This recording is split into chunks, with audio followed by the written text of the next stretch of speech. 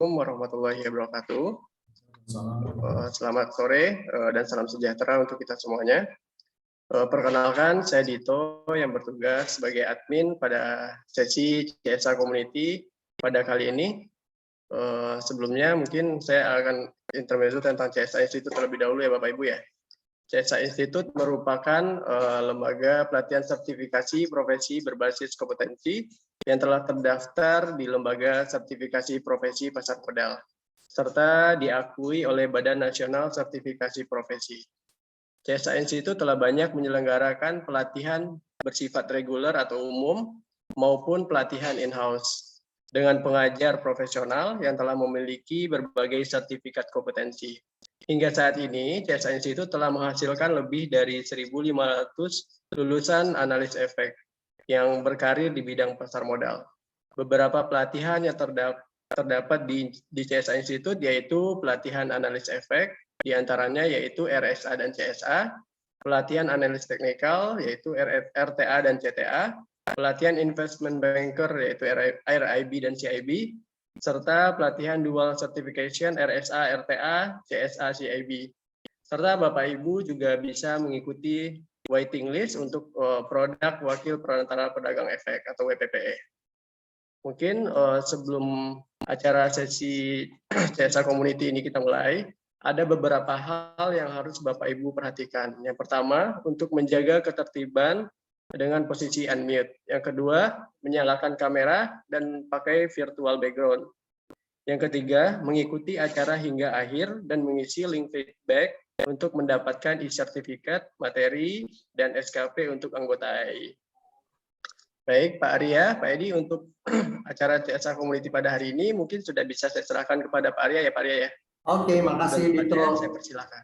Ya, terima kasih banyak untuk kesempatannya. Hari ini juga kita kedatangan narasumber kita yang sangat luar biasa. Ya, saya ingin perkenalkan untuk Pak Edi Junarsin.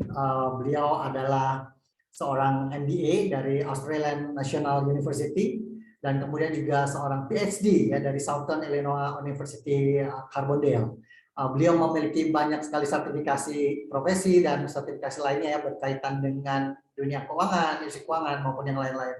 Beliau merupakan seorang CFP, PNM, CWM, CSA juga, CIB, CRP, AEPP, pengalaman mengajar di United States, di Germany, juga di Korea. Jadi merupakan satu kesempatan yang baik sekali di mana hari ini kita bisa mendapatkan suatu wawasan pengetahuan dari Pak Edi Junarsin. Topiknya menarik sekali ya tentang cryptocurrency yang sekarang juga lagi hype, yang mana merupakan suatu instrumen keuangan yang dianggap sangat prospektif ya. Selain itu juga jadi semakin ramai bukan karena naiknya tapi karena turunnya ya. Karena hebat turunnya. Jadi banyak yang bermain apa benar ini lagi murah, apakah bagus sebagai salah satu pilihan investasi atau seperti apa? Kita akan dengar hari ini dari Pak Edi Junarsin. Silakan Pak Edi. Terima kasih Pak Ari. Selamat sore Pak Ari, Pak Dito, Bapak Ibu semua, teman-teman sekalian. Kangen juga ini dengan CSA ya, karena saya ini ya berkali-kali juga itu ya bersama CSA Institute ini. Jadi senang sekali bisa ketemu lagi dengan teman-teman lama dulu, teman-teman sekelas gitu dan lain-lain. Ya terima kasih untuk ini kebersamaan kita sore ini. Kita akan membahas tentang itu ya, tentang sedikit tentang kripto gitu. Nah ini inilah ya sebenarnya bukan apa mengajari atau apa gitu, tapi lebih ke ya sharing lah gitu ya. Karena saya kan lebih ke ini kan ya.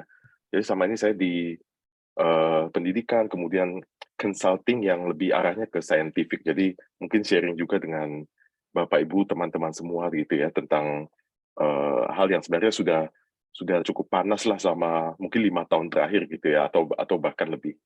Oke, terima kasih Pak Ari tadi udah perkenalan itu ya tentang profil singkat dengan saya Edi Junarsin. Ya kita akan, saya kira itu untuk menghemat waktu saya akan langsung. Oke, ya.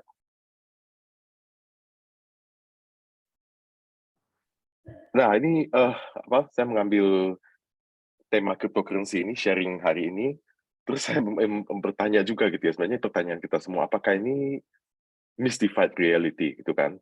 Cryptocurrency ini sebenarnya itu kan pada dasarnya, nah ini mengingatkan kembali kita itu ya teman-teman kita yang waktu kita mengambil berbagai ini kan sertifikasi dengan CSA Institute gitu ya, salah satunya adalah CSA, kemudian juga CIB dan lain-lain. Nah ini kan sebenarnya itu ya pertanyaan pertanyaan mendasar adalah cryptocurrency ini sebenarnya adalah mata uang ya, kan dia jelas dia adalah digital currency. Tapi apakah dia arahnya lebih ke aset gitu ya, sehingga kita kenal juga sebagai crypto asset karena kedua hal ini akan membawa konsekuensi yang berbeda gitu. Nah, kita selama ditempa di program CSA Institute kan kita tahu itu ya membuat misalnya tentang kertas kerja untuk valuation ya, kemudian berbagai asumsi-asumsi dan sebagainya untuk mengestimasi berapa sih ini fundamental value gitu ya dengan fundamental analysis maupun dengan technical dan lain-lain. Nah, tapi kalau dia peranannya sebagai itu ya sebagai mata uang, berarti kan otomatis kita tahu dia masuk ke dalam kategori, berarti dia masuk ke dalam kategori money market ya, yang tujuan utamanya lebih ke liquidity. Ya kan kalau uh, yang sudah kita pelajari yang mungkin kita alami juga di lapangan sehari-hari, kalau dia adalah money market berarti kan main purposes-nya adalah untuk liquidity. Kalau dia adalah bagian dari aset, bagian dari capital market, maka tujuan utamanya memang adalah investment. Nah, ini dua hal yang mungkin agak itu ya, konsekuensinya beda. Nah, mungkin pertama-tama untuk itu ya, singkat saja ini kan kalau kita bicara tentang uang ini kan inilah ya perkembangan zaman gitu ya. Dulu ribuan tahun lalu itu ada sistem barter gitu ya. Jadi ada produksi pisang ya ditukar dengan alat produksi yang lain dengan makanan dan lain-lain. Kemudian mulailah manusia itu yang memikirkan ini barter kan nggak efisien gitu ya. Ya udah kita mulai pakai ini deh barang yang valuable gitu ya. Mulai dari seashells, kemudian menemukan ada logam-logam yang bentuknya besar tapi kemudian manusia makin makin canggih, makin efisien gitu ya, diubah menjadi coins gitu. Nah, kemudian perkembangan berikutnya mulai pikiran itu ya, manusia kalau hanya menggunakan koin juga itu ya, pembuatannya dan kemudian resources-nya juga penggaliannya dan segala macam, maka mulai menggunakan notes ya, bentuknya misalnya paper trail. Dan akhirnya di zaman modern kan itu ya, kita mengenal e-commerce dan pada akhirnya sekarang yang paling hot lah dan modern saat ini adalah adanya digital currency. Dan di kemudian hari, ya bentuk digital currency ini akan semakin tidak kelihatan, semakin cepat gitu ya, dan mengandalkan teknologi dan ya tentunya kecepatan teknologi informasi yang juga semakin uh, kencang dan itu ya semakin efisien. Nah, hal ini membuat kita itu ya menyadari bahwa sebenarnya ini kan ya, uh, fungsi pertama atau tujuan pertama munculnya kripto ini adalah sebagai digital currency. Yang namanya currency berarti kan alat bayar ya. Alat bayar. Jadi kita bayangkan ini sebenarnya adalah mengganti fiat money itu. Nah, sebenarnya kan kalau kita pikir gitu ya, apa yang membuat kripto ini muncul ini kan sebenarnya ya secara sederhana ini adalah ketidakpuasan atau kekhawatiran lah gitu ya. Kekhawatiran eh, semua pihak lah gitu ya, semua pelaku ekonomi gitu ya, termasuk ekonom, kemudian juga pelaku usaha gitu ya, eksekutif dan lain-lain bahwa kecenderungan fiat money ini kan akan terus itu ya terpapar dengan atau exposed with like potential inflation, interest rate shocks dan hal-hal sejenis gitu. Yang seperti yang kita tahu lah akhir-akhir ini kita lihat setelah pandemik ya, akhirnya inflasi kan meroket karena sama pandemik itu ya ini kan semua central banks di dunia melakukan hal yang sama kan. Jadi dengan quantitative easing ya, membeli kembali surat berharga yang diterbitkan oleh Kementerian Keuangan atau pemerintah secara umum gitu ya. Kemudian menurunkan tingkat bunga, sedangkan di pihak pemerintah mereka banyak memberikan insentif gitu ya, um, expenditures dan lain-lain.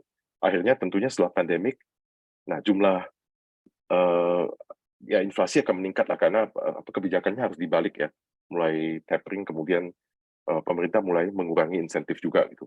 Nah ini yang kenyataan yang memang dilakukan oleh semua negara gitu ya, semua central bank di dunia, bahwa tiap tahun itu central bank pasti sedikit banyak akan meningkatkan jumlah uang beredar seiring dengan seiring dengan pertumbuhan penduduk gitu ya, kemudian ekspansi dan lain-lain. Nah, jadi ini sebenarnya udah bermula dari itulah ya, antara ya boleh dibilang kekhawatiran atau ya inilah hal natural atau kekhawatiran atau ketidakpercayaan pada fiat money gitu ya. Nah, kemudian muncullah ide itu untuk misalnya kripto selain punya itu ya kecepatan yang baik ya, kemudian transparansi yang tinggi karena menggunakan ini kan platform atau sistem blockchain, tapi juga di ide awalnya itu misalnya contoh paling awal adalah Bitcoin ya, punya jumlah yang akan issued sudah tertentu gitu, sehingga boleh dibilang ya ya risiko inflasi di masa depan itu akan minimum gitu ya, atau bahkan atau menjadi hilang pada saat dia sudah mencapai angka yang maksimum gitu ya, maksimum selesai di mining semua gitu. Ya, ini kaitannya dengan itu ya, dengan logika sederhana kan. Jadi teman-teman kalau lihat di kebanyakan negara gitu ya, kecuali kasus-kasus khusus seperti US dollar, United States, karena ini kan kita anggap sebagai itu ya, sebagai kalau terjadi global crisis mungkin itu adalah tempat ini adalah last resort gitu. Tapi di dunia secara umum kan kita tahu ini ada kaitan yang itu ya, kaitan yang selalu natural lah ya, parity conditions gitu. Jadi misalnya negara-negara yang inflasinya lebih tinggi, otomatis itu ya kecenderungan mata uangnya akan depresiasi, ya kan? Itu sudah ini ya, purchasing power parity. Kemudian juga ada Fisher equation ya. Jadi negara-negara yang international Fisher equation, negara-negara yang suku bunganya lebih tinggi, ya suku bunga lebih tinggi itu kan sebenarnya respon terhadap inflasi yang lebih tinggi kan, natural ya itu ya. Negara-negara yang suku bunganya relatif lebih tinggi daripada negara satunya, maka mata uangnya juga cenderung akan terdepresiasi. Nah, tapi teman-teman itu ya, melihat ini ada anomali kan. Misalnya contohnya the United States gitu, karena kita lihat inflasinya meninggi secara sangat substansial dalam beberapa bulan terakhir, suku bunganya otomatis juga itu ya, dinaikkan oleh Federal Reserve, kemudian suku bunga lain mengikuti, tapi mata uangnya malah menguat. Nah, ini adalah kasus khusus lah, karena sekali lagi di tengah global recession atau potential global recession, global economic uncertainty, maka Amerika Serikat dianggap sebagai the last resort, jadi ada perkecualian. Tapi negara lain kan itu ya, mengikuti pola yang natural seperti ini. Nah, jadi awalnya ide tentang kripto ini sebenarnya untuk itu kan, untuk fiat money tidak terhindarkan, tiap tahun pasti central bank akan menaikkan itu ya, sedikit banyak akan ada inflasi gitu. Walaupun di beberapa negara tertentu mungkin pertumbuhannya melambat dan terhambat sehingga inflasinya hampir nol, bahkan ada kecenderungan deflasi selama bertahun-tahun. Ya misalnya di Jepang dan beberapa negara lain. Tapi secara umum ini adalah fakta bahwa nilai mata uang fiat money itu ya ya selain uncertain juga punya kecenderungan untuk terus mengalami kemerosotan makna. Ide awalnya seperti itu. Nah, tapi kemudian ini kan dibungkus dengan itu ya. Teman-teman itu ya, saya kira banyak yang berkecimpung di bidang ini. Secara teknis juga itu ya punya pengalaman dan pengetahuan yang lebih tinggi lah mungkin daripada saya secara teknikal gitu ya. Bahwa ini kan dibungkus dalam konteks blockchain ya, bahwa dia ada melibatkan sistem blockchain yang kita kenal sebagai ya distributed ledger itu ya, decentralized ledger. Jadi dengan chains of transactions yang bisa dilihat dan diakses oleh orang-orang yang ada di yang berkepentingan di chain itu. Nah, kemudian juga smart contracts yang terlibat dalam itu ya, dalam sistem blockchain sehingga mempercepat proses gitu. Jadi dengan dibungkus dalam konteks blockchain, maka otomatis ini menjadi sangat menarik ya. Jadi blockchain ini satu paket dengan kripto kan. Kalau enggak gimana itunya gitu ya. Bagaimana membuat blockchain itu efisien kalau tanpa kripto. Ya kan, jadi ini adalah sebenarnya satu one spirit, in the same spirit gitu.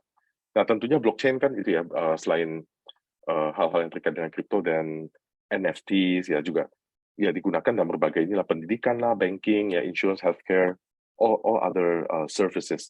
Tapi kan intinya blockchain dengan kripto ini menjadi seperti one spirit ya, karena justru disitulah manfaat yang terbesar dan juga satu mekanisme yang menunjukkan betapa efisiennya dan betapa itu ya transparannya sistem blockchain yang satu spirit dengan cryptocurrency. Nah, kemudian itu ya blockchain dan kita arahnya tidak ke itu ya technical tentang blockchain dan lain-lain. Intinya adalah apa itu cryptocurrency kan di dunia sekarang kita punya banyak sekali cryptocurrencies. Teman-teman mungkin di Indonesia gitu ya berbagai platform yang menawarkan exchanges, kemudian juga trading ya, buying and selling gitu ya di bawah misalnya Indodex dan lain-lain. Di Amerika misalnya itu ya yang besar-besar seperti Coinbase, Gemini, kemudian apa ya misalnya Binance ya, berbagai inilah mudah sekali gitu ya kita buka account verified ya udah langsung bisa trading gitu. Beberapa yang besar misalnya itu Bitcoin, Ethereum, Tether ya. Tether dia menjadi sangat itu ya sangat selain terkenal juga memainkan fungsi besar karena Tether ini dia awalnya dibuat dengan konsep stable coin kan. Jadi dia pengen memposisikan diri sebagai itu ya sebagai one to one conversion to the US dollar. Jadi istilahnya kalau kita bilang ya $1 itu kita bisa itu ya dalam bayangan kita adalah one USDT gitu. Walaupun dalam perkembangannya tentunya banyak itu ya, banyak komplain, banyak dispute dan lain-lain yang membuat kita mempertanyakan sebenarnya ini adalah itu ya conversion yang valid atau enggak gitu ya antara USDT dengan USD. Tapi intinya itu ya statistik secara umum kita lihat ya semakin banyak orang yang menjadi crypto users gitu ya di level global maupun di for example di United States. Kemudian global market cap ya, ini kan turun naik ya. Jadi beberapa waktu terakhir ini mulai naik lagi nih ya, dengan angka 23.000 misalnya untuk Bitcoin ya. Market cap-nya 1.14 trillion. Beberapa mungkin minggu lalu sempat drop di bawah 1 trillion ya market cap untuk total crypto. Ini sekali lagi didominasi oleh Bitcoin yang mungkin $450 billion diikuti oleh Ethereum, kemudian Tether dan lain-lain yang di bawahnya. Nah, berapa yang ini selain Bitcoin, ya ada beberapa inilah fakta trivial yang menarik adalah itu ya di ownership ya, in terms of population percentage, Ukraine ya yang lagi perang sama Rusia termasuk yang itu ya, ya even number one country right, di cryptocurrency ownership. Sedangkan yang paling banyak ownersnya adalah India ya, kita bisa bayangkan lah karena jumlah penduduk besar dan IT proficiency mereka cukup tinggi gitu ya. Oke, nah di Indonesia sendiri juga ini ya growing 12.4 million in 2022. Kemudian diprediksi akan terus meningkat di tahun-tahun selanjutnya.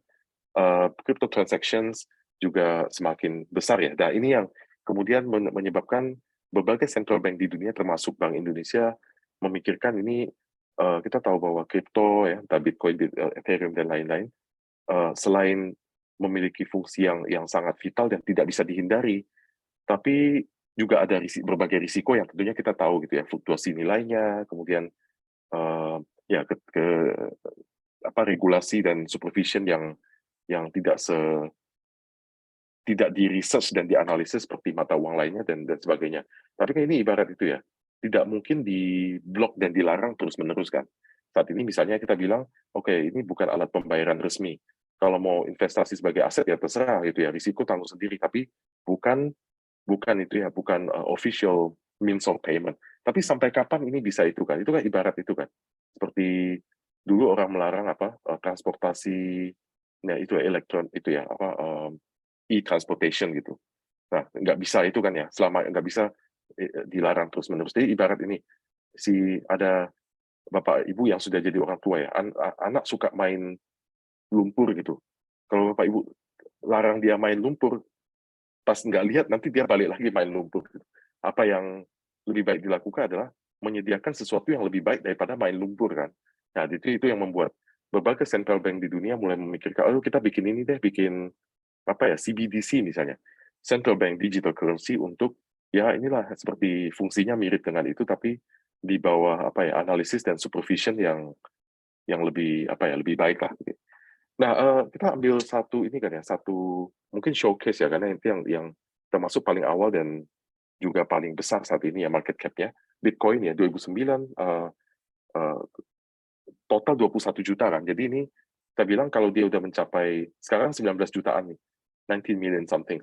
Kalau dia mencapai 21 juta, berarti risiko inflasinya sudah, inflation potentialnya tidak ada lagi gitu ya kalau dia mencapai itu. Karena kan seperti itu kan parity conditions ya. Jadi mata uang yang negara-negara yang inflasinya lebih tinggi daripada negara satunya, mata uangnya cenderung akan terdepresiasi. Nah, dengan mencapai itu harapannya adalah inflation risk menjadi minimum, akan bahkan tidak ada. Tapi kita lihat adalah sebagai mata uang kan sebenarnya kita tidak terlalu concern dengan itu ya, dengan turun naiknya gitu. Selama dia memainkan fungsi yang wajar dan ini ya diakui umum gitu ya. Jadi menjadi makin lama menjadi hard currency yang widely accepted, widely used gitu. Tapi sebagai aset ini agak concerning karena kan kita lihat beberapa bulan lalu dia bahkan mencapai record high 68,000.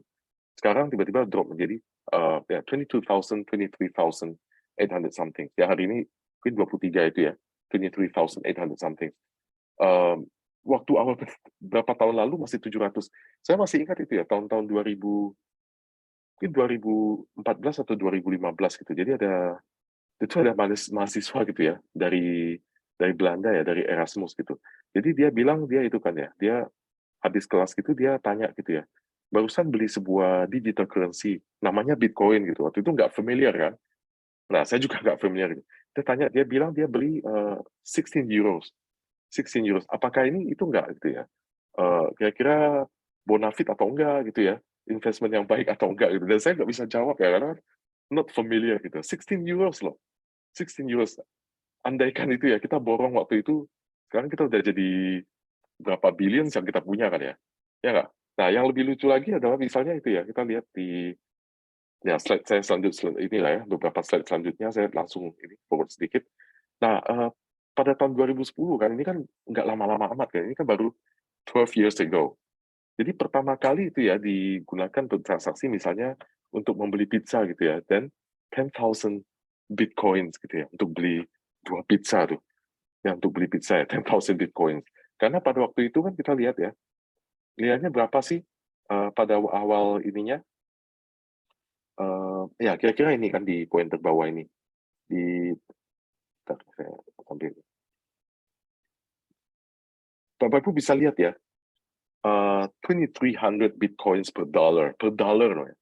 Sekarang kan $23,000 per BTC. Pada awal-awalnya itu adalah 2,300 bitcoins per dollar. Luar biasa ya, jadi nggak kebayang gitu ya. Makanya beli pizza 10,000 bitcoins itu ya. Sekarang mungkin agak itu ya, menyesal banget kalau melihat ke belakang gitu.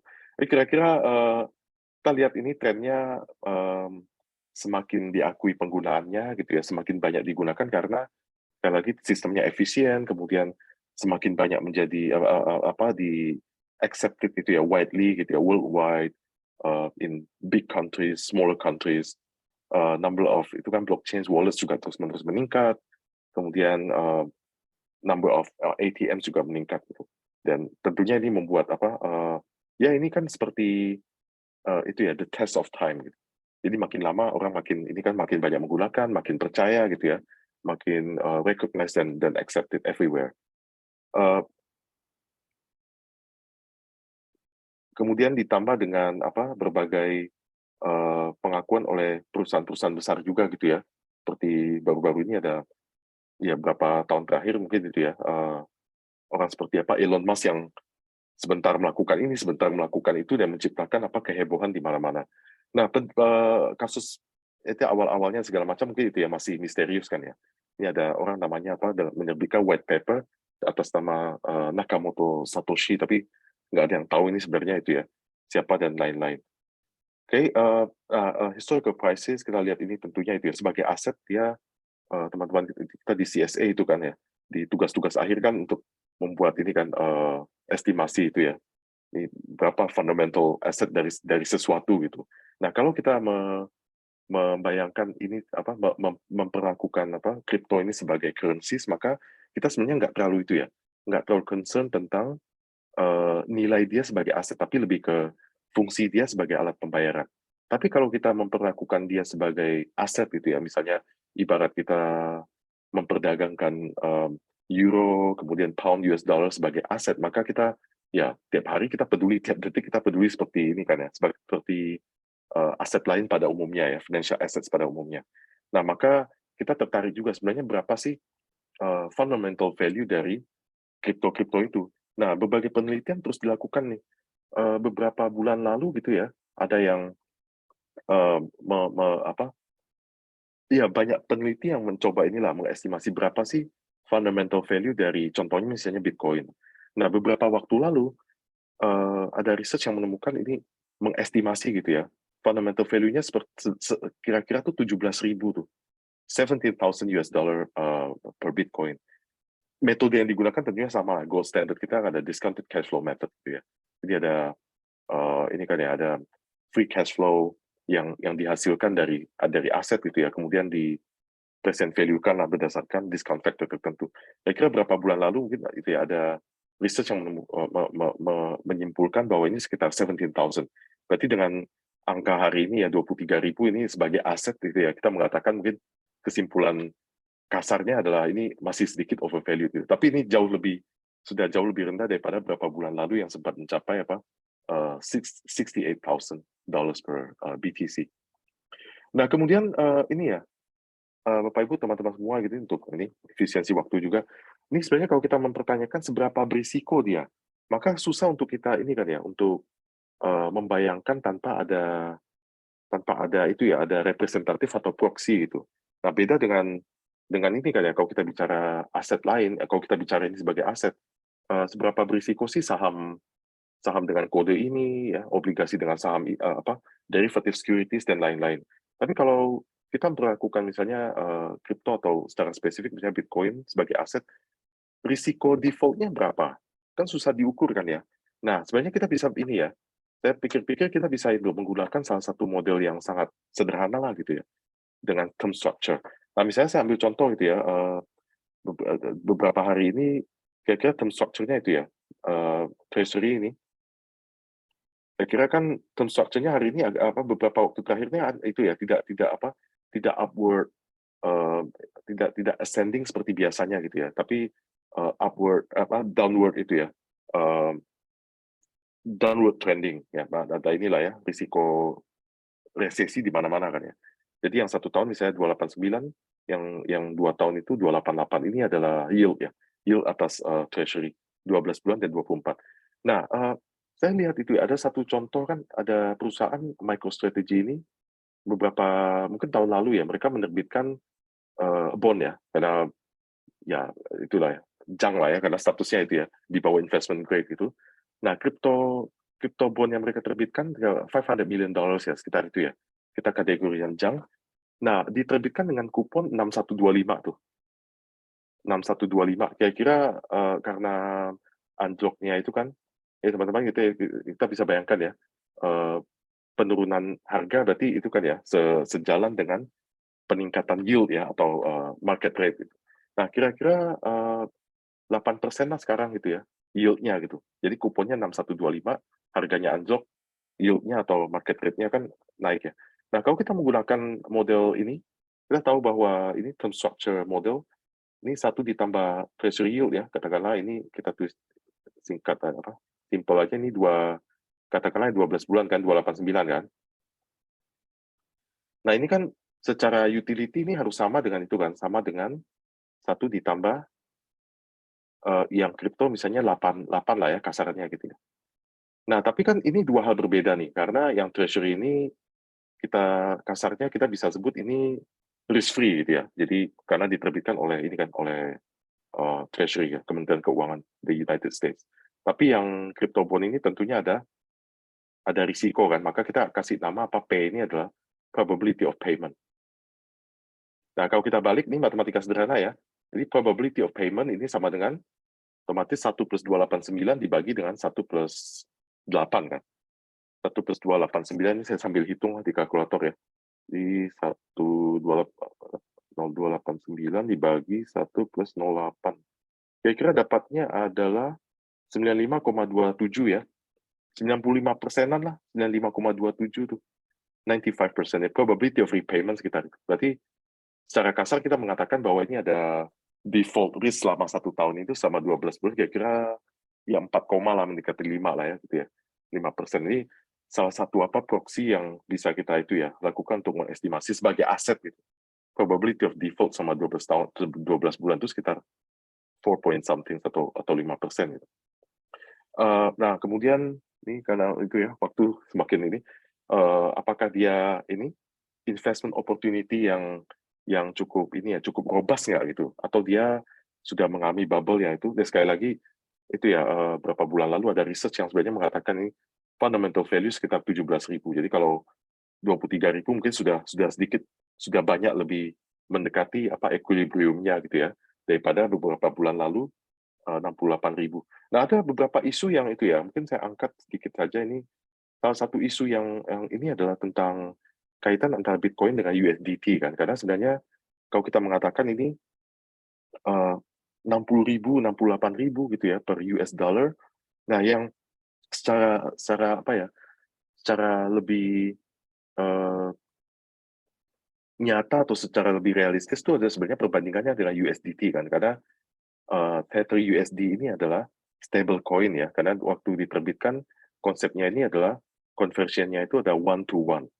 Nah, tapi kan ini beberapa waktu terakhir kan banyak itu kan, banyak legal dispute ya. Misalnya mempertanyakan, apakah benar ya waktu mereka menerbitkan satu Tether USDT itu, apakah mereka benar-benar menyimpan backup senilai $1 gitu. Nah, beberapa tahun lalu ini sempat ini ya legal dispute, ternyata nggak 1 to 1 kan, tapi mungkin yang cash atau cash equivalence-nya hanya sekitar 74%, 75% gitu. Sehingga ini bukan conversion yang cukup bona fide ya, maksudnya dalam inilah legal dispute dan lain-lain. Jadi sebenarnya ini salah satu hal yang mungkin itu ya agak perlu disikapi dengan hati-hati, terutama kalau kita memperlakukan Bitcoin dan berbagai kripto lain itu sebagai crypto assets. Jadi kalau kita memperlakukan ini sebagai currency ya ini nggak terlalu ini ya, kita nggak terlalu concern selama itu sekali lagi bisa menjadi hot currency yang diterima umum ya, mempercepat transaksi, efisien, transparan dan lain-lain. Tapi kalau kita mulai menganggap ini sebagai salah satu bagian dari asset class, maka kita tentunya peduli hal-hal seperti ini kan, karena bisa aja uang investasi melayang gitu ya, waktu belinya 60.000 sekarang jadi 23.000 berarti kan drop 70% tuh ya.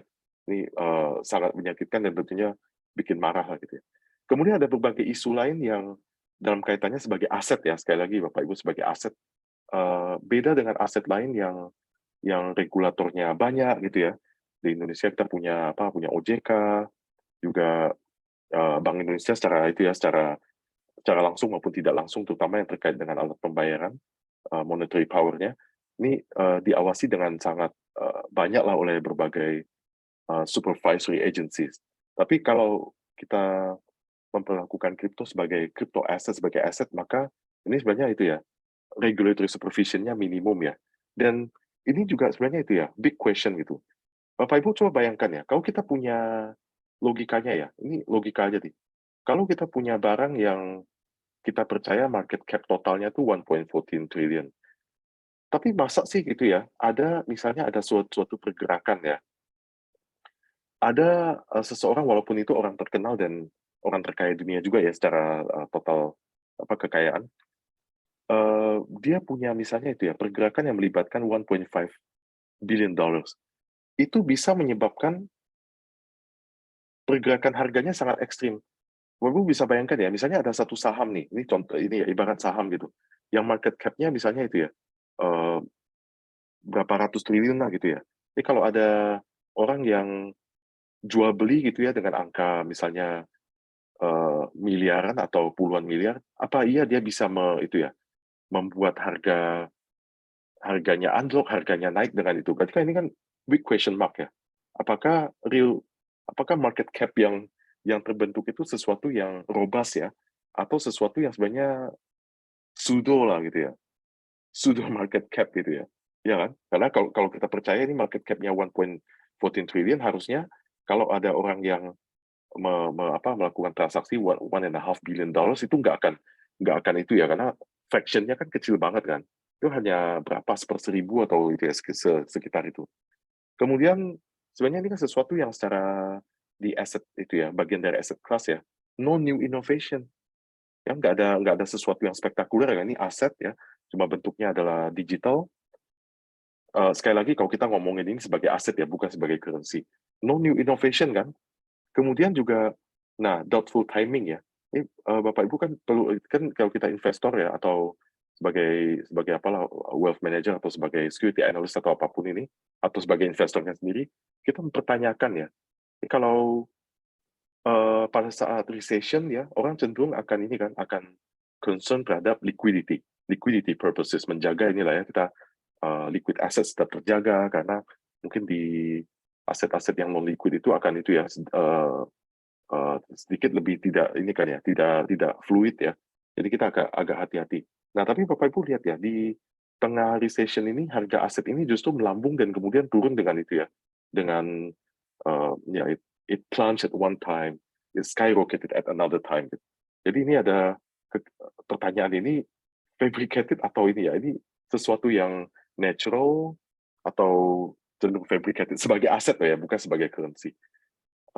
Nah kemudian hal-hal lain mungkin itu ya saya bisa ini skip lah untuk menghemat waktu ini supaya kita bisa ini diskusi dikit.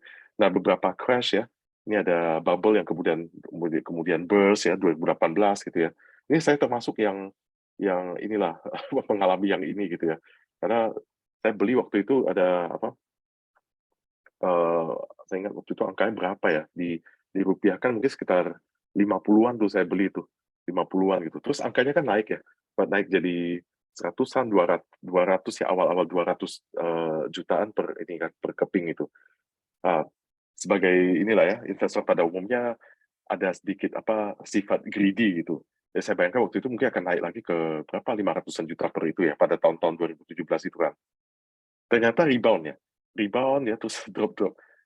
Dan ya saya mulai takut juga gitu ya. Akhirnya saya jual ya pada angka 80-an.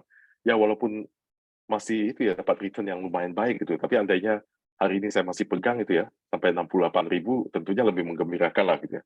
Tapi crash lalu 2022 terjadi lagi gitu ya dari 68,000 drop ke di bawah 20.000. Lalu sekarang kita balik lagi ke ini sedikit rebound lagi ke di atas 20.000. Nah berbagai hal yang mungkin itu ya. Nah ini yang mungkin saya akan mengakhiri dengan poin ini ya. Ini juga punya itu ya punya logika yang terbalik ya.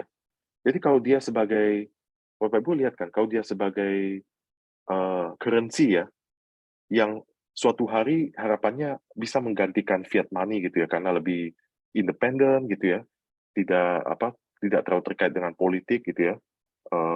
Central bank tidak begitu aja print more money dan lain-lain, maka peningkatan interest rate yang dilakukan untuk merespon itu kan ya peningkatan inflasi harusnya membuat cryptocurrency ini nilainya makin harusnya makin tinggi ya. Ya kan karena logikanya itu kan inflasi tinggi, suku bunga harus dinaikkan. Maka sebenarnya kan logikanya cryptocurrency ini kan nilainya makin tinggi karena dia itu ya inflation proof. Ya. Tapi kalau dia sebagai aset, maka ini kan sebenarnya itu ya, ini akan menyebabkan penurunan value-nya crypto asset tuh. Karena kan otomatis itulah ya, ini peningkatan rate akan membuat ini kan aset-aset yang physical itu lebih valuable gitu ya. Misalnya kita punya uang kan ini jelas-jelas suku bunga naik di deposito lah, kemudian kupon ini ya ini ada fixed income yang kuponnya naik yang baru-baru kan karena mengikuti itu rate pasar yang naik, maka menarik ya uang kita ditaruh di situ daripada di aset class seperti cryptocurrency yang sifatnya lebih digital dan tidak menentu gitu. Jadi ini sebenarnya itu ya arahnya berbeda kan ya. Kalau dia sebagai currency harusnya peningkatan interest rate di dunia non digital itu akan membuat nilainya makin tinggi nih.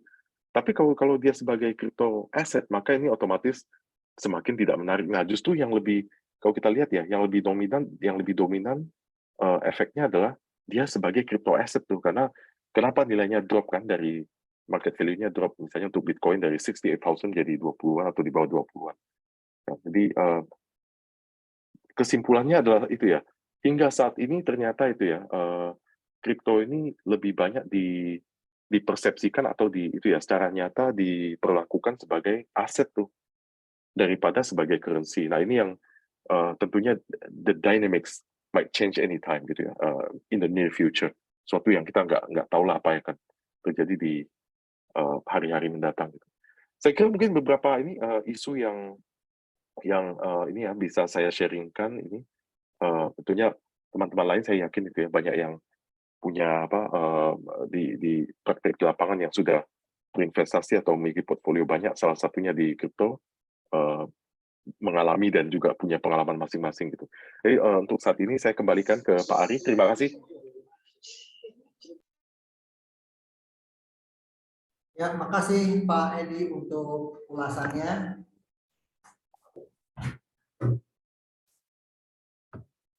Menambah wawasan kita semua ya. Jadi dari historinya itu menarik sih, yang saya sempat tadi agak geli sendiri juga ya, orang beli pizza dengan 10.000 BTC. Sekarang 1 BTC bisa buka berapa restoran pizza itu ya. Jadi ya memang ini menarik sih Pak Edi, suatu fenomena yang menarik di mana di Indonesia kan nggak disetujui untuk jadi nilai alat tukar ya, jadi tidak jadi alat tukar. Cuma kita nggak tahu sampai kapan apakah akan suatu hari jadi alat tukar atau memang cuma bisa jadi komoditi saja yang diperdagangkan. Cuma kalau lihat dari tadi pertumbuhan untuk yang sampai tadi CAGR 68% something itu kan menarik ya, pertumbuhannya, growth-nya juga sangat menarik. Dengan fenomena yang ada sekarang, walaupun ya setuju sih, memang dari si cryptocurrency sendiri tidak ada value ya, jadi lebih ke unsur spekulatif. Kemudian saya juga sempat tuh belajar di salah satu pusat edukasi di Singapura, waktu ngomongin valuation, akhirnya juga sebenarnya waktu itu lebih cenderung tendensi sepakatnya itu berarti lebih ke demand and supply, di mana ketika lebih banyak demand-nya dia akan meningkat harganya, kemudian ketika orang lebih berminat menjual kemudian harga tertekan. Nah, di sini ada beberapa kawan-kawan yang mungkin ingin berdiskusi, tanya jawab, silakan. Seperti di sini ada siapa nih, Riva yang sudah raise hand, silakan boleh dibuka mikrofonnya untuk bertanya langsung dengan Pak Edi. Baik Pak Arya, terima kasih atas kesempatannya. Terima kasih juga Pak Edi, salam kenal. Saya suka sekali penjelasan Pak Edi, sangat komprehensif dan banyak membuka pengetahuan saya yang selama ini saya lihat ngamatin tentang aset ini, saya nggak ngerti. Nah, cuma ada beberapa hal nih saya yang pengen tanyakan. Saya kadang masih ada di pikiran saya tuh conflicting understanding gitu. Kalau tadi sempat dibilang kayak Bitcoin itu keunggulannya kan dia ada transparansi dan anonymity gitulah di keunggulan untuk transaction ini dan sangat efisien. Cuman jadi kok aneh ya belakangan jadi central bank ingin jadi ada regulasi, ingin turun ikut beregulasi aset ini, dan ini kan kita tahu ini dia decentralized dari kekuasaan atau authority dari bank sentral kan, jadi arahnya ini kemana ya kira-kira kalau jadi balik lagi government ingin turun ikut meregulasi ini, bukan apakah jadi kayak fiat money lagi ya. Cuma terus saya juga melihat yang kedua sih, paling pendapat saya berarti kayaknya idealnya kita nih sebagai analis dan mungkin investor ya berarti cryptocurrency aset ini cocok buat kayak spekulasi kayak futures derivatif gitu kali ya mungkin ya tepatnya. Kira-kira dari Pak Edi sendiri apakah punya framework framework untuk menganalisa aset kripto ini gaya Pak ya, kayak jadi saya tuh juga ya ini saya melihat aki-aki ini cuma pengen coba juga ngelihat ini apakah ada istilahnya langkah kerja yang baik tuh buat kita nanti one day mungkin ini akan jadi bagian underlying aset buat investasi, kan kita never know ya Pak ya. Mungkin itu aja sih dua hal yang pengen saya sampaikan. Terima kasih Pak.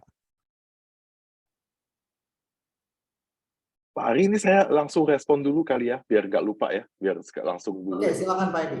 Iya, makasih Pak Riva. Ya, benar sekali, saya kira itu sesuatu yang sama lah di benak kita semua gitu ya, pertanyaan yang sama gitu. Tapi benar sekali Pak Riva yang bagian pertama tadi itu adalah kaitannya dengan itulah ya, pemerintah tidak mau kehilangan, pemerintah dan central bank ya, satu paket lah, tidak mau tentunya kehilangan monetary power, monetary authority. Ya kan, kalau ini kan berarti dunia akan kemudian beralih ke cryptocurrencies yang diterbitkan oleh itu ya, oleh anonim tadi kan.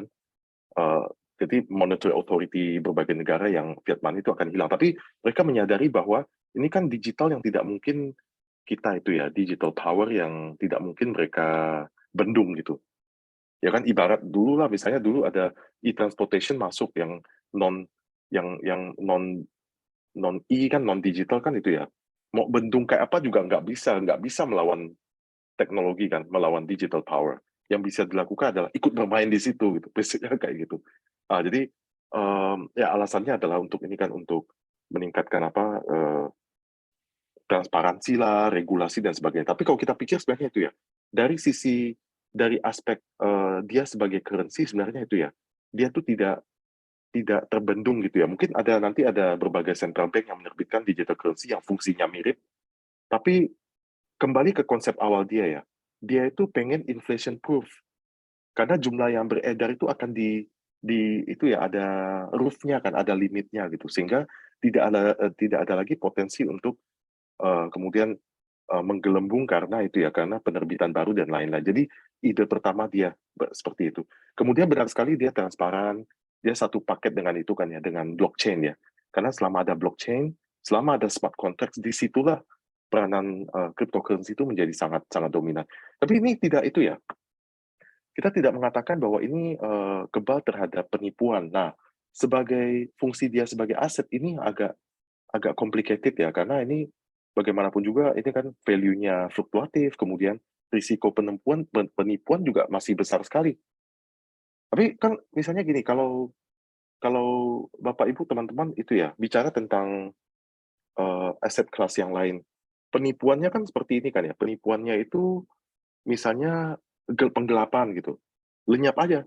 Misalnya ada orang tawari kita tanah di manalah, di mana gitu ya, kita beli ternyata sertifikatnya double, kemudian orangnya kabur, kan itu ya, kejahatan-kejahatan asetnya tuh kejahatan yang ibaratnya tuh itu ya, kasar lah gitu ya, bisa dibayangkan. Atau kita beli beli saham tertentu ternyata itu ya, gorengan lah, bodong lah, kemudian collapse, delisted dan lain-lain. Nah itu kan ya inilah ya, kerugian-kerugian tuh yang kasat mata. Nah, kalau dia sebagai crypto asset, peluang itu kan nggak ada. Karena kalau misalnya ini Pak Rifa misalnya ada transaksi dengan Pak Ari nih, ya nggak? Ya beli apalah ya, entah itu beli NFT atau beli beli barang beneran atau apa dengan itu kan, dengan atau beli alat kesehatan misalnya. Itu kan semua orang di chain yang sama itu, makanya namanya blockchain kan. Semua orang di chain yang sama tuh bisa melihat pergerakan uangnya. Pak Rifa bayar ke Pak Ari tanggal berapa, itu semua meninggalkan jejak yang tidak bisa dibantah gitu. Tapi kejahatan yang terjadi adalah kejahatan yang luar biasa ini ya, non technical nih. Misalnya nih ya, suatu hari Pak Rifa tiba-tiba ini kan dapat chatting gitu, ininya dari mana lah, Line lah misalnya, Line atau Kakao Talk gitu ya. Terutama ini banyak terjadi di Asia nih. Bilang misalnya ini kok ini ya, ada nama kamu kok masuk di konteks saya tuh. Tapi kan kita nggak kenal lah, mulailah kenalan di situ, apalagi fotonya cantik gitu ya. Waduh, jadi mulai kenalan gitu ya. Mulailah ini sebulan, 2 bulan gitu ya. Nah, bulan ketiga mulai ngomongin ini nih, ngomongin ini ada sama-sama punya account di apalah ya, Coinbase atau di Gemini gitu. Lalu tanya, kamu pegang berapa ini, berapa kripto lah gitu ya, di Ethereum atau di BTC dan lain-lain gitu. Nah, lalu dia bilang nih, misalnya dia itu ya, ada saudaranya tuh yang itu ya, yang analis itulah, yang sangat intensif dalam melakukan ini. Nah, lalu dia punya itu ya, punya kayak app lain yang kira-kira bisa membantu kita mengoptimalkan itu ya, return on this asset itu. Nah, luar biasanya kan gini kan, jadi waktu kita punya platform aslinya kan misalnya Coinbase ya, Gemini, Binance, dan lain-lain, ini kan sangat-sangat itu ya, sangat valid ya, sangat solid gitu. Tapi itu ada web lain yang fungsinya itu ada sebagai analyzer gitu. Nah, waktu kita masuk ke mulai transaksi di situ ya, bukan transaksi banyak ya, mungkin kayak untuk analysis atau untuk inilah sedikit banyak ada pengalihan ke situ, itu sebenarnya ada smart contract Jadi kalau kita klik suatu link itu fungsinya smart contract itu berarti itu ya. Kita memberikan authority bagi orang yang kita kasih link itu untuk memindahkan uang kita. Nah, maka terjadilah inilah ya. Uang kita dicolong selama berapa bulan, tapi kan kayak ini ya. Awal-awalnya biasanya untung dulu gitu. Makanya sering disebut sebagai apa itu ya? Ponzi Pig scheme butchering. itu. Bukan Ya, Ponzi ya. ya tapi apa pig butchering ya. Jadi dia membutcher seperti apa, ada hewan dibikin gemuk dulu baru kemudian dislaughter gitu. Pig butchering method itu ya, dengan hubung. Tapi kan kejahatannya itu ya, yang menyakitkan adalah sekarang Pak Rifa duitnya dicolong nih oleh ada kenalan itu kan, cewek Iya, yang scammer. tampangnya apa? Iya, Iya, conman. scammer. Karena Pak Rifa tuh bisa lihat loh, uangnya tuh dicolong loh, menyakitkannya di situ loh. Beda dengan aset lain kan. Aset lain kan Pak Rifa ditipu nih, ada investasi bodong lah, ada aset yang kemudian itu ya dibawa kabur segala macam. Ini enggak loh. Pak Rifa bisa melihat uangnya tuh dicolong gitu ya, tapi tidak bisa berbuat apa-apa karena itu kan memberikan smart contract kepada pihak lain yang ternyata itu ya itu. Jadi risiko untuk aset ini tuh risiko yang sangat itu ya, kayak apa world class crime lah gitu ya, sebagai aset. Tapi sebagai currency sebenarnya dia ya fungsinya Inflation adalah untuk ini. proof itu ya. Inflation proof tujuan Aku dapat awalnya itu. idenya, itu keren sih. Terus yang kedua yang tadi ya untuk istilahnya ini buat verifikasi ledger dan transaksi itu nggak bisa istilahnya ditemper atau istilahnya Nggak bisa. rekayasa ya. Gitu. Bahkan waktu uangnya Pak Rifa dicolong oleh orang yang menipu tuh, Pak Rifa tuh bisa melihat uangnya kemana. Tapi kita nggak bisa apa-apa karena sudah ibaratnya itu menandatangani atau klik link yang ternyata adalah smart contract. Smart contract kan berarti automatic itu kan, automatic execution of a transaction. Ya luar biasanya di situ. Kejahatannya juga makin high class aja gitu. Ya kan? Ya makasih Pak Rifa ini ya membuat kita hati-hati juga. Thank you Pak Rifa, Pak Edi. Sekarang kita ke Pak Nurul ya. Pak Nurul silakan. Ya, makasih. Juga nih tadi. Ya, di sini saya mau ini sih ada pandangan sendiri masalah cryptocurrency atau crypto aset ini. Jadi mungkin 2 tahun terakhir ini saya mengikuti perbincangan masalah CBDC itu ya, Central Bank of Digital Currency itu yang yang diinisiasi oleh sebenarnya sih diinisiasi oleh BIS ya, Bank International of Settlement mungkin kalau nggak salah itu. Jadi baru-baru ini juga BI mau menginisiasi dan akhir tahun ini mau membuat blueprintnya atau nggak salah ya, white paper lah bahasanya. Menurut saya kripto yang beredar sekarang yang kayak Bitcoin, Ethereum atau XRP atau segala macam, Binance, BNB itu mungkin nggak akan pernah jadi currency atau nggak akan pernah menggantikan fiat money ke depannya. Mungkin itu akan diblok sama pemerintah sendiri-sendiri yang akan muncul dari CBDC itu. Jadi CBDC kan sebenarnya niatnya untuk memblok itu. Jadi memblok supaya fiat money nggak digantikan oleh kripto yang anonim ini. Jadi terlalu anonim untuk dikontrol. Ya kayak seperti penjelasan Pak Edi tadi, bahkan orang uang dicuri pun bisa lihat pencurinya siapa, tapi nggak tahu siapa gitu. Kan menyakitkan kan itu. Kalau misalnya ini tetap dikontrol oleh bank sentral dan diawasi oleh pemerintah, itu kan tetap kita misalnya ada kehilangan uang atau segala macam, itu kan bisa ditindaklanjuti oleh pengawas atau badan hukum. Di kripto itu nggak bisa Pak, jadi susah. Nanti mungkin CBDC ini bertindak sebagai regulator yang mengeluarkan digital currency yang berbentuk kripto, tapi nilainya sama seperti rupiah sekarang, dolar sekarang, euro sekarang, mungkin seperti itu.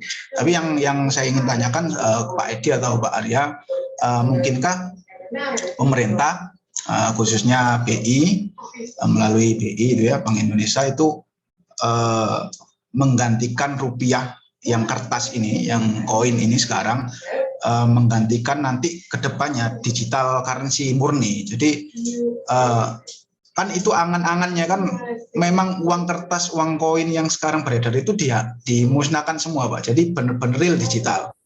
Tapi konsepnya yang nggak tahu, entah itu pakai blockchain atau pakai digital yang sederhana, itu belum tahu konsepnya gimana. Nunggu white papernya BI lah. Tapi menurut pandangan Pak Edi sendiri atau Pak Arya, itu gimana kira-kira itu prediksi mengenai fiat money yang memakai sistem kripto atau digital? Gitu. Makasih Pak. Silakan Pak Edi. Ya, makasih Pak Nurul. Saya kira saya langsung ke ini ya, bagian kedua, bagian itu pertanyaan. Saya kira itu bukan mungkin lagi, tapi suatu inilah ya, saya kira kepastian gitu ya, nggak bisa terhindarkan gitu. Jadi nggak bisa kita tuh menolak gitu ya sistem blockchain, atau kita misalnya ada juga pihak-pihak yang mencoba to segregate gitu ya blockchain from crypto. Nggak bisa lah, itu kan satu spirit ya. Justru salah satu hal yang membuat blockchain kemudian itu ya menjadi sangat sangat menarik dan efisien itu karena ada kripto itu. Ya kan, jadi saya kira kedepannya ini akan menjadi suatu hal yang sudah pasti terjadi gitu ya, sooner or later itu. Nah, makanya yang bagian pertama yang disampaikan Pak Nurul, saya kira itu ya logika yang juga dipikirkan oleh semua central banks kan, benar sekali gitu. Karena kita tidak mungkin kayak menghambat ya, menolak selama-lamanya kan tidak bisa. Maka diciptakanlah sebuah pemikiran, oke, kita harus bermain di situ, tapi kita bikin sendiri gitu. Ya nggak? Jadi ibarat tadi itu ya, saya analogikan misalnya kita lihat, anak kita tuh tiap hari main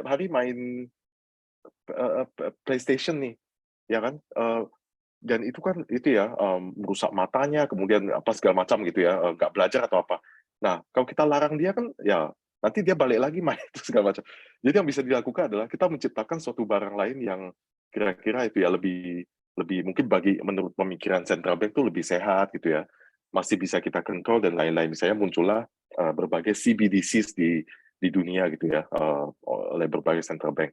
Nah, tapi sekali lagi perbedaan mendasar ya, fungsi dia sebagai currency, perbedaan mendasar adalah selama dia dikeluarkan dan dikelola oleh central banks, apakah dia inflation proof atau enggak, itu tergantung pada apakah central bank itu akan terus meningkatkan jumlah dia yang beredar. Sama seperti fiat money, tapi bentuknya sudah tidak kertas, karena suatu hari nanti kan kita tahu bahwa ini akan menjadi tidak hanya cashless society, tapi menjadi cardless society, ya kan?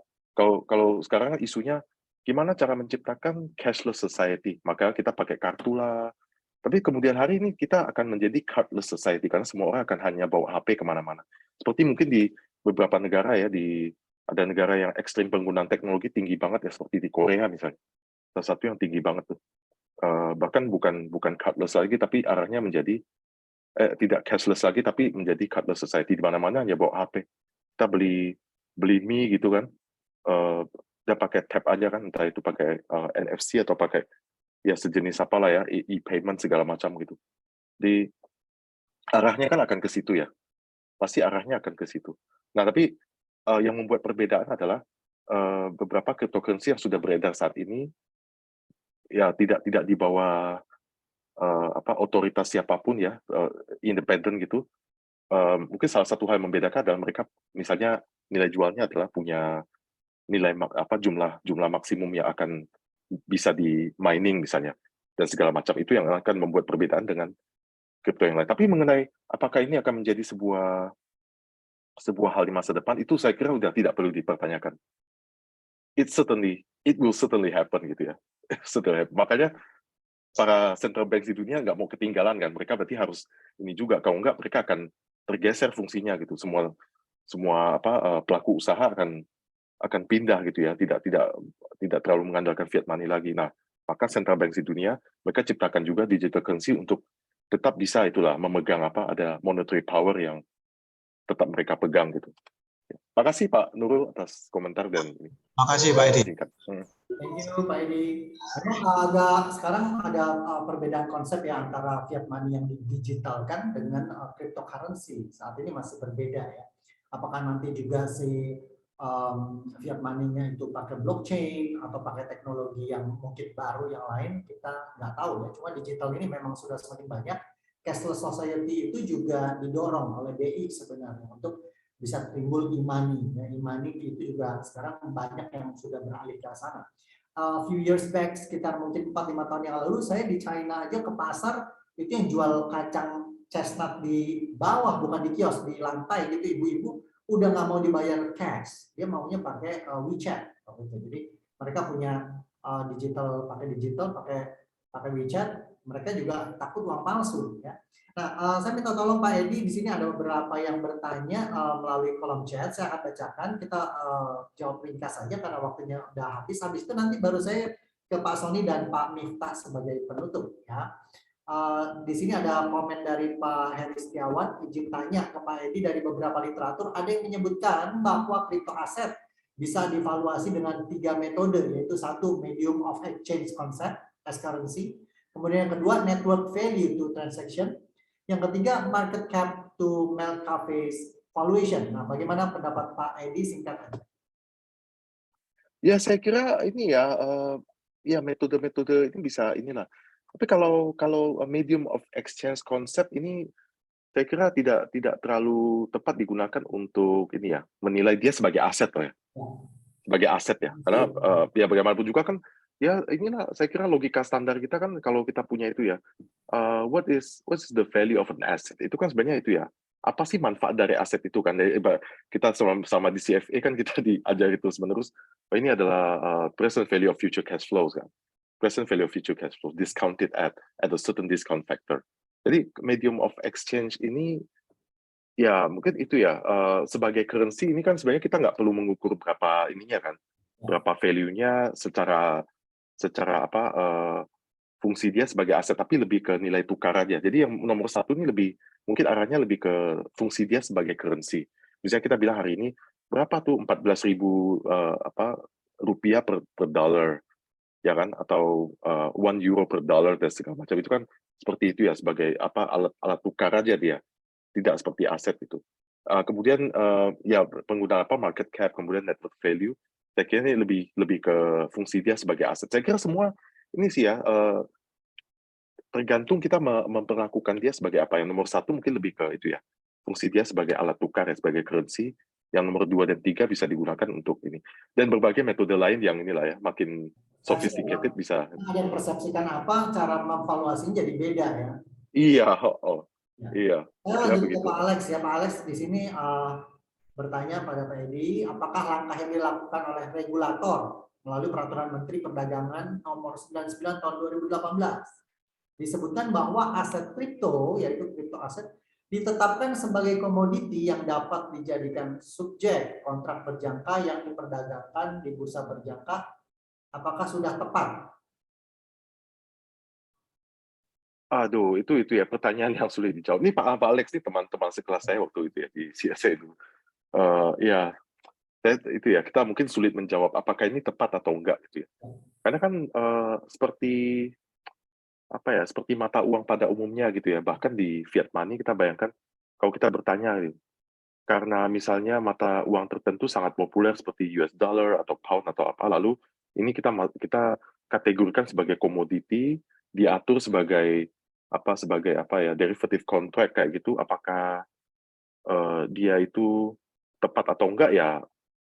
Saya kira sedikit banyak ada jawaban tepatnya lah ya. Misalnya kita lihat di ini kan ya, di futures exchanges itu kan tetap ada kan ya. Kalau kita butuh melakukan hedging ya, atau bahkan spekulasi lah, apapun tujuan kita gitu, entah hedging atau speculation, ya kita bisa bangun pagi ya, nggak ada angin, nggak ada hujan, tiba-tiba kita ngambil long position di yang nggak tahu dollar futures atau euro gitu ya. Nah tapi kalau kita sebagai apa, usaha gitu ya, pelaku usaha, kita punya exposure terhadap misalnya euro ya, kita banyak ekspor ya, akan menerima pembayaran dalam euro, kita takut euronya drop ya, takut depresiasi euro, maka kita pergilah ke derivative market, ambil short position gitu. Ya itu kan berarti itu ya fungsi dia sebagai aset, karena kita ingin melakukan hedging kan. Nah, saya kira tuh seirama dengan ini. Jadi kalau misalnya dia larilah dia sebagai apa, komoditi, kemudian diperlakukan sebagai derivative contract, saya kira oke-oke aja ya, karena bisa aja ini kan ya, kita perlu melakukan hedging terhadap cryptocurrency itu sendiri gitu. Ya, Ya kan, karena kita mungkin akan gitu ya, Pak. Ada beberapa negara yang merasa jangan sampai ada alat tukar lainnya selain currency-nya dia. ya mungkin ada arah seperti itu, tapi mungkin logika yang lebih ini juga ya, logika bisnisnya adalah mungkin suatu saat tuh kita perlu juga melakukan hedging terhadap cryptocurrency ini. Ya ibarat misalnya suatu hari saya jual inilah, saya jual barang, saya jual mobil, ada klien saya mau bayar pakai Bitcoin gitu, banyak pakai Ethereum atau Bitcoin. Nah, kan saya takut ini kan nilainya terdepresiasi kan. Nah, kalau di derivative marketnya nggak ada futures contract untuk ini kan, saya hanya bisa pasrah aja. Kalau dia terdepresiasi ya rugi lah saya apa boleh buat. Tapi kalau ada saya bisa hedging di situ kan, saya berarti itu kan dulu kan, takut nilainya turun ya udah saya ambil short position dulu. Jadi kalau nilainya turun di dunia yang real ini, nanti di derivative market tuh saya dapat duit karena saya ambil short position berapa bulan lalu ya kan. Jadi ya kebutuhan zaman lah, saya kira oke lah itu ya. Tapi kalau maksudnya tujuan dia adalah untuk mengalihkan dia sebagai alat bayar menjadi sebuah aset, saya kira tuh ya that's not proper. That can never happen. Karena fungsi utama dia tentunya adalah sebagai itu ya, means of payment. Oke, thank you Pak Edi. Kita lanjut ke Pak Ilham nih. Pak Ilham ini menarik juga sih karena ini banyak ya. Jadi entah itu cryptocurrency atau futures contract dan lain-lain, terus kemudian derivatif diderivatifkan lagi. Ini menarik nih sebab pertanyaan Pak Ilham. Izin bertanya Pak, apa itu short term contract trading cryptocurrency? Pertama kali dikenalin transaksi kripto dengan cara itu. Tampilan transaksinya mirip dengan binary option. Begitu Pak, opsi buy up dan buy down pada durasi waktu tertentu. Dan saya pilih menolaknya karena mencurigakan banget. Terima kasih. Ya, saya kira itu inilah ya, bagian dari ya bahasa kasarnya tuh abuse lah ya, jauh dari fungsi utama gitu. Jadi misalnya kalau kita tanya lah ya, ya contohnya contoh kasar misalnya, apa sih fungsi dari lem gitu ya? Fungsi dari lem adalah ngelem sesuatu kan, melekatkan sesuatu. Tapi kalau ada yang menggunakan lem buat nge-fly ya itu pilihan hidup dia lah. Maksudnya kan ya itu ya, sebenarnya kan fungsi awalnya bukan itu kan. Ya kita ada cryptocurrency, mungkin itu ya isu awalnya adalah ini inflation proof, mempercepat transaksi ya dengan apa blockchain kita bisa melihat ini kan. Jadi tidak centralized tapi decentralized ledger. Semua pihak yang relevan dengan transaksi itu tuh bisa melihat tuh arus uangnya kemana, tanggal berapa, ada meninggalkan jejak yang nggak bisa itu. Dan kecepatannya tinggi gitu ya. Jadi tujuan awalnya kan saya kira seperti itu ya. Tapi kemudian ada pihak-pihak lain yang melakukan abuse ya. Jadi smart contract-nya tuh dilakukan untuk nipu orang, atau ini dijadikan sebagai alat gambling ya, dengan binary kan berarti kalau apa kayak kita main itu aja kan berarti kan binary kan kayak main apa ya? Blackjack atau baccarat gitu ya. Kalau biru menang, merah banker player itu kan itu kan abuse kan ya. Jadi susah bagi kita untuk inilah untuk apa ya menyalahkan alatnya juga gitu ya. Jadi kan namanya ya seperti contoh saya tadi itu kan kalau kita beli lem kan tujuan aslinya kan untuk ngelem sesuatu kan. Tapi kemudian ada yang gunakan lem dicampur-campur kimia lain lalu dihirup-hirup nge-fly ya abuse lah ya. Kalau kita ini melarang penjualan lem ya susah juga gitu ya karena soalnya kan bukan. Tapi ya inilah binary jelas ini adalah gambling ya, gambling atau speculation. Saya kira tujuan cryptocurrency arahnya kan harusnya bukan ke situ gitu. Tapi kalau ada pihak-pihak yang kemudian menggunakan ini sebagai alat untuk gambling atau game seperti apa binary option dan lain-lain, saya kira itu abuse dan itulah ya. Abuse yang bukan tujuan awalnya. Ya, makasih Pak. Dengan siapa ya Pak yang nanya ya? Ya, makasih. Pak Ilham. Thank you Pak Pak. Ilham ya. Thank you. Memang lucunya tuh gini, kebanyakan orang awam nggak paham bahwa ketika mereka mentransaksikan cryptocurrency itu nggak selalu itu beli cryptocurrency-nya. Jadi kayak contoh kalau di binary option itu kan lebih beli posisi, bukan membeli cryptocurrency-nya. Gitu. Juga termasuk di kontrak berjangka itu bukan beli barangnya, tapi kontraknya. Nah ini yang akhirnya kurang dipahami oleh orang awam dan terjebak.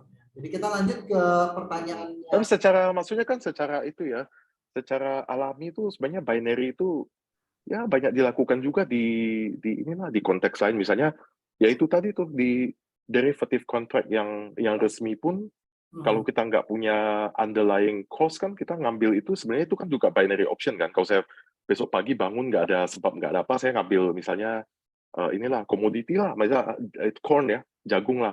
Saya nggak produksi makanan apapun, saya tiba-tiba ambil long position di corn. Karena menurut saya harga corn akan naik. Berarti kan saya juga itu kan sebenarnya binary option juga. Saya sedang berspekulasi kan itu. Berharap harganya naik, nggak ada sebab apa-apa gitu.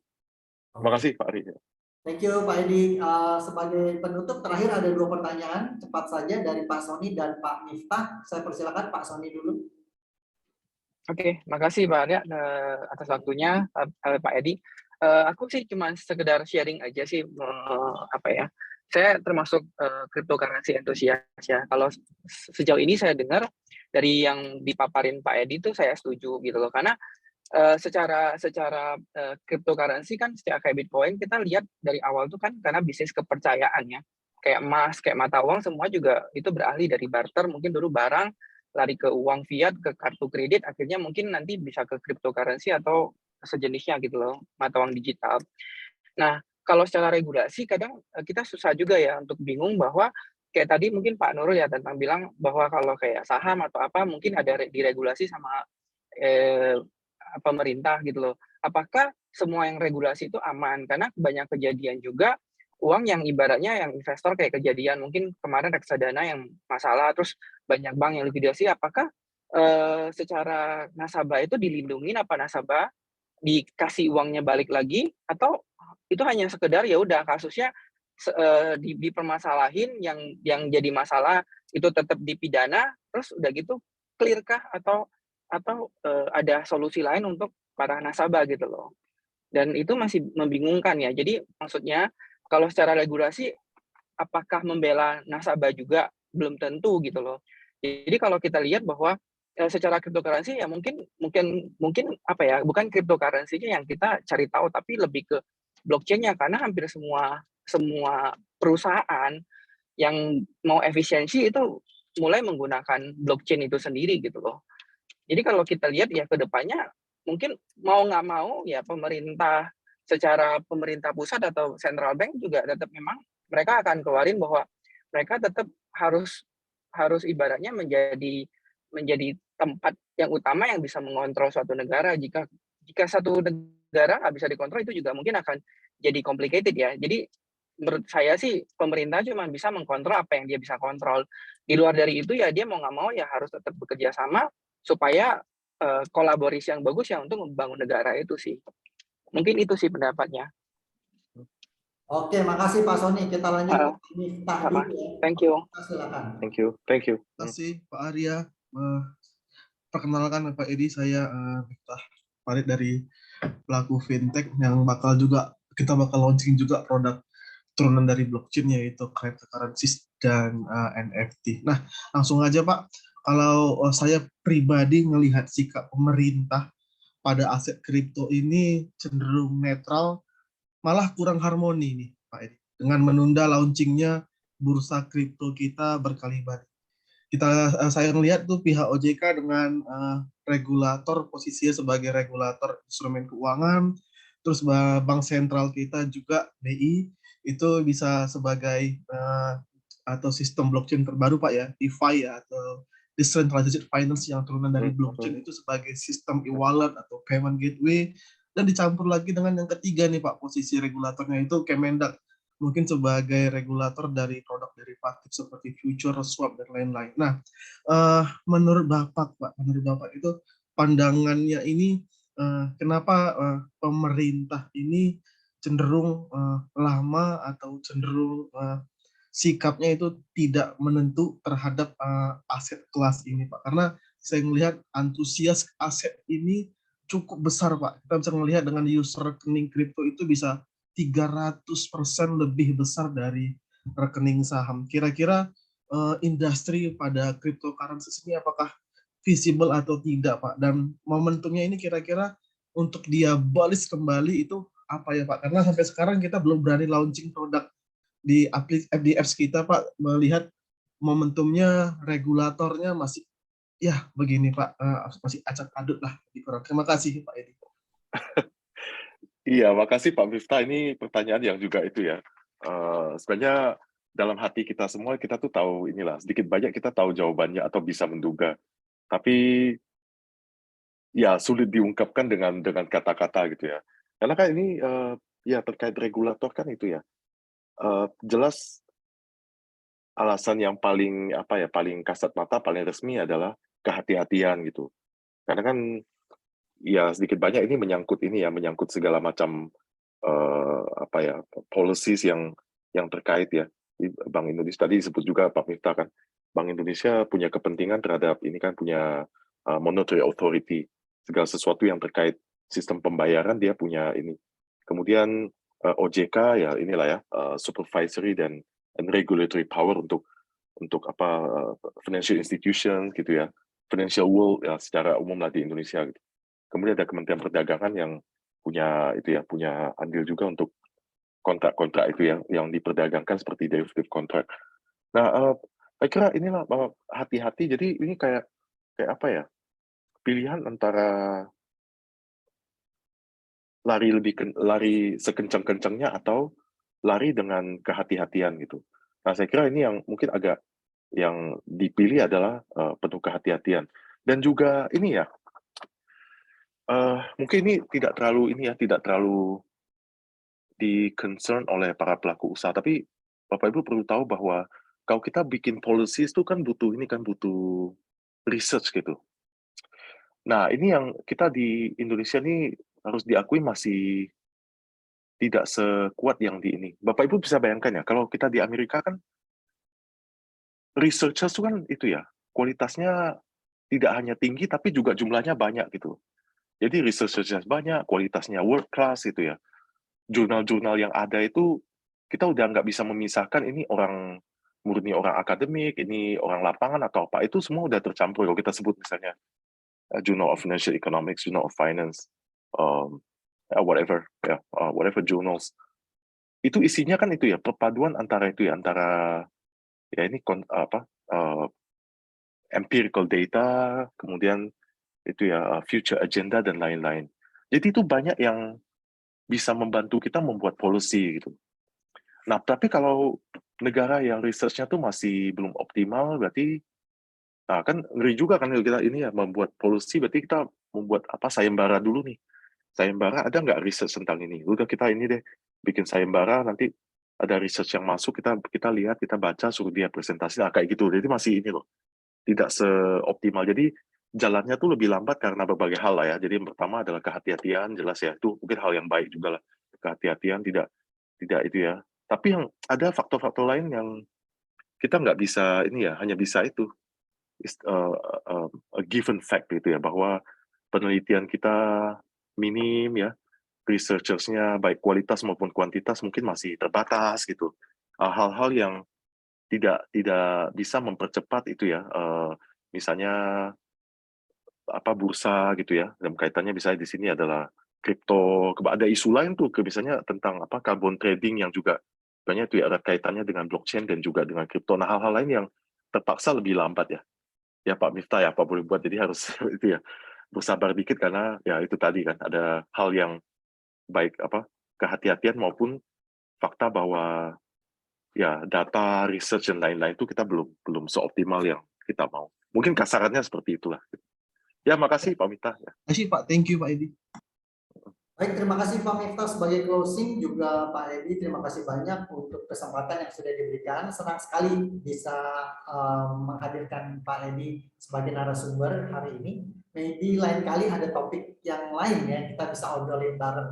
Nah ini teman-teman silakan ada link di kolom chat, itu ada feedback ya untuk CSA Community yang ke-39 ini. Untuk mereka yang membutuhkan untuk sertifikat sebagai bukti ya untuk SKP-nya, untuk anggota AAEI dan keperluan lain, silakan diisi dulu ya, diisi dulu itu form feedbacknya. Nanti akan diberikan secara digital, dikirimkan ke email masing-masing ya, dikirimkan sertifikat bukti hadir ya, bukan dikirimkan Bitcoin ya. Kalau dikirimkan Bitcoin kita semua juga mau ya, tapi ini dikirimkan sertifikat digitalnya ya. Terima kasih banyak sekali lagi untuk Pak Edi dan teman-teman yang sudah hadir. Terima kasih. Ya, untuk para hadirin diklik aja langsung di kolom chat ya. Kita bisa untuk dokumentasi dulu ya sebelum kita bubar. Silakan saya kembalikan ke Dito untuk bantu untuk dokumentasinya. Silakan dinyalain kameranya buat kenang-kenangan. Atau nanti kalau ada yang mau post di sosmed ya silakan. Semoga kita bisa hadirkan lagi topik-topik yang menarik lainnya ya teman-teman. Boleh usul juga di situ, nanti kita usahakan dapat juga narasumber yang relevan dengan topik yang diminta. Di kolom feedback ada error katanya. Oh ya. Kalau error nanti kirim langsung ke Mas Dito silakan, atau dari email yang menginvite ya teman-teman untuk ikut acara ini, boleh feedback di situ. Coba dicek dulu. Apakah ada problem ya, coba lihat. Oh, harap jangan milih lebih dari satu jawaban tiap kolom ya. Oke, yuk saya balikin dulu ke Mas Dito. Mas Dito silakan, kita mau dokumentasi dulu sebelum closing.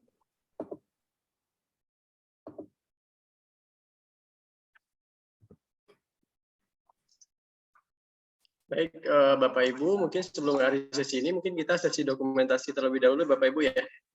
Mohon untuk menyalakan videonya.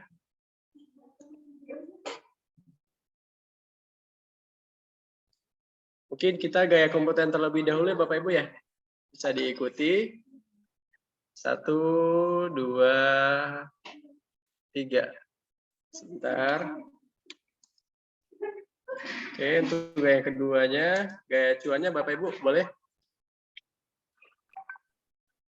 1, 2, 3. Oke, baik. Terima kasih Pak Edi Junarsin atas penyampaian materinya ya Pak ya. Semoga bermanfaat bagi peserta CSA Community pada sore hari ini. Pak Arya, terima kasih atas waktunya ya Pak ya, sudah memandu acara berjalan dengan lancar pada hari ini. Saya sebagai admin, mohon maaf jika ada kesalahan kata dari penyampaian. Saya akhiri. Assalamualaikum warahmatullahi wabarakatuh.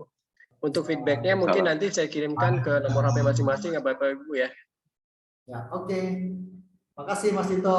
Makasih. Ya, Pak Edi, sampai jumpa. Terima kasih Pak Arya. Sampai Terima jumpa kasih Bapak ya, Ibu. makasih. Nanti untuk feedbacknya dikirim ke nomor masing-masing ya Bapak Ibu ya. Oke, thank you. Terima kasih. Thank you. Selamat sore Bapak Ibu. Sore. Selamat sore, sampai jumpa semuanya. Sukses selalu ya, salam sehat. Pak Arya, terima kasih Pak Arya. Ya, sama-sama Mas Dito. Besok yang untuk CTA siapa ya yang ini jadi standby? Oh, besok CTA Batch 3 nanti yang jaga Marsha Pak. Siapa? CTA Batch 3 ya Pak ya? Batch 2 ya? Batch 2. Iya, Batch 2. Pertemuan kedua ya. Nah, siapa tuh? Besok Pak Arya ya? Iya, saya. Sama siapa ya? Itu yang hostnya. Oh, hostnya Marsha Aca. Oh ya, oke, sip. Thank you. Oke Pak Arya.